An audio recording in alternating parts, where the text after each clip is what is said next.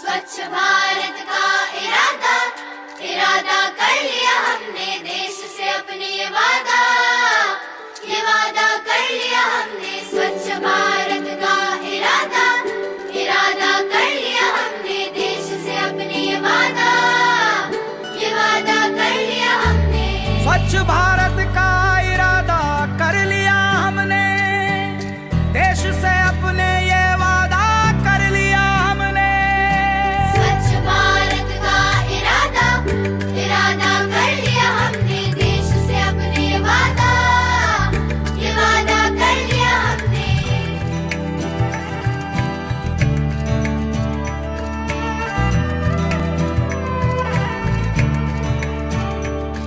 हमसे निकलेगी स्वच्छता की एक नदी, छल छल छल छल कल कल कल कल एक धुली सी जिंदगी। स्वच्छता की जोत लेकर घर घर जाएंगे, साफ सुथरी रोशनी में सब नहाएंगे।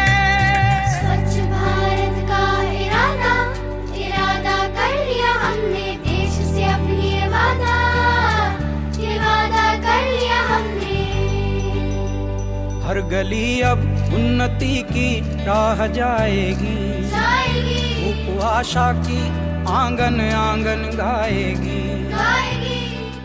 ಬೊಮ್ಮವಾರ ಗ್ರಾಮದಲ್ಲಿರುವಂತಹ ಒಂದು ಐತಿಹಾಸಿಕ ಸುಂದರೇಶ್ವರ ದೇವಸ್ಥಾನದ ಆವರಣದಲ್ಲಿರುವಂತಹ ಸುಮಾರು 600 ವರ್ಷಕ್ಕೂ ಹಳೆಯದಾದಂತಹ ಕಲ್ಯಾಣಿಯನ್ನ ಪುನರುತ್ಥಾನ ಮಾಡುವಂತಹ ಕೆಲಸ ನಮ್ಮ ಶೇಷಾದ್ರಿಪುರಂ ಪ್ರಥಮ ದರ್ಜೆ ಕಾಲೇಜು ಯಲಂಕದ NSS ಘಟಕ ಕೈಗೊಂಡಿದೆ.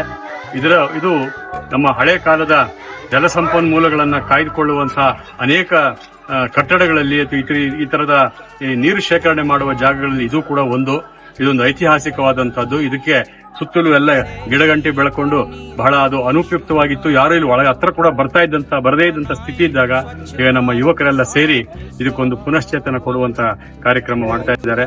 ನಮ್ಮ NSS ಅಧಿಕಾರಿ ನವೀನ್ ಕುಮಾರ್ ಅವರ ನೇತೃತ್ವದಲ್ಲಿ ಮತ್ತು ಪ್ರಾಂಶುಪಾಲರಾದ SN ವೆಂಕಟೇಶ್, ಪ್ರೊಫೆಸರ್ ವಿವೇಕಾನಂದ ಇವರೆಲ್ಲರ ನೇತೃತ್ವದಲ್ಲಿ ಈ ಕಾರ್ಯ ಒಂದು ಸಮಾಜಕ್ಕೆ ಉಪಯುಕ್ತವಾಗುವಂತಹ ಕೆಲಸ NSS ಮೂಲಕ ಆಗ್ತಾ ಇರ್ತಕ್ಕಂಥದ್ದು ನನಗೆ ತುಂಬಾ ಸಂತೋಷವನ್ನು ತಂದಿದೆ.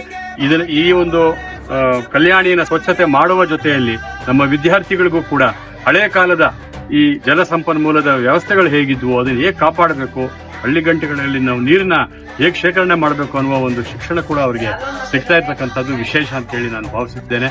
ಹಾಗಾಗಿ ಈ ಕಾರ್ಯಕ್ರಮದಲ್ಲಿ ಭಾಗಿಯಾಗಿರುವಂತಹ ಎಲ್ಲ ರಾಷ್ಟ್ರೀಯ ಸ್ವಯಂ ಸೇವಕರಿಗೂ ಕೂಡ ನಾನು ಹೃತ್ಪೂರ್ವಕವಾದ ಅಭಿನಂದನೆಗಳನ್ನು ಸಲ್ಲಿಸ್ತೇನೆ.